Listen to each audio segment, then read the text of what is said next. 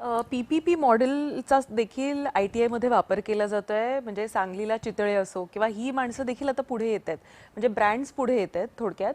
आणि तुम्हाला असं वाटतं का की असे ब्रँड पुढे आल्यानं एक विश्वासार्हता वाढते लोकांमध्ये देखील एम्प्लॉयमेंट ह्या दृष्टीनं. तर ह्याचा कसा फायदा एम्प्लॉयमेंट जनरेट करण्यासाठी येत्या काळामध्ये होणार आहे आणि सरकारचा किती महत्त्वाचा भाग आहे याच्यात? बरोबर आहे वैशालीताई, पण हा नक्की यामध्ये विश्वासार्हता वाढती या बरोबर आपलं ऑब्झर्वेशन.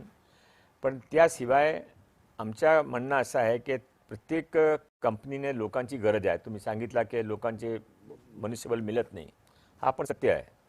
तर लोकांची गरज आहे. प्रत्येक कंपनीमध्ये एक HR डिपार्टमेंट आहे, त्याचं काम फक्त नवीन लोक शोधायचे आहे. तरी पण लोकांकडे नोकरी नाही. हा डिस्क्रिपन्सी काय आहे? तर मी आता मेरिट ब्युरो सुरू केला, मॅच मेकिंग. ज्यांना जे हवं आहे ते कुशल ते मनुष्यबळ तयार करतो आणि त्याने पुरवतो.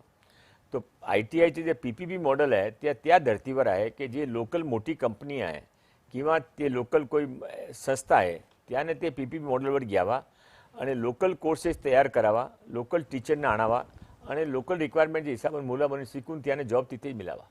असं ते सक्सेस होणार आहे. मला फार चांगला प्रतिसाद मिळाला आहे. मला वाटतं सांगलीमध्ये त्याचा पायलट प्रोजेक्ट असं काहीतरी करून मग पॅन महाराष्ट्र असं. हां, ते तुमच्या इन्फॉर्मेशन बरोबर आहे. चितले बंधूने आमच्याकडे अप्रोच केली आहे, ते ॲग्री पण आहे.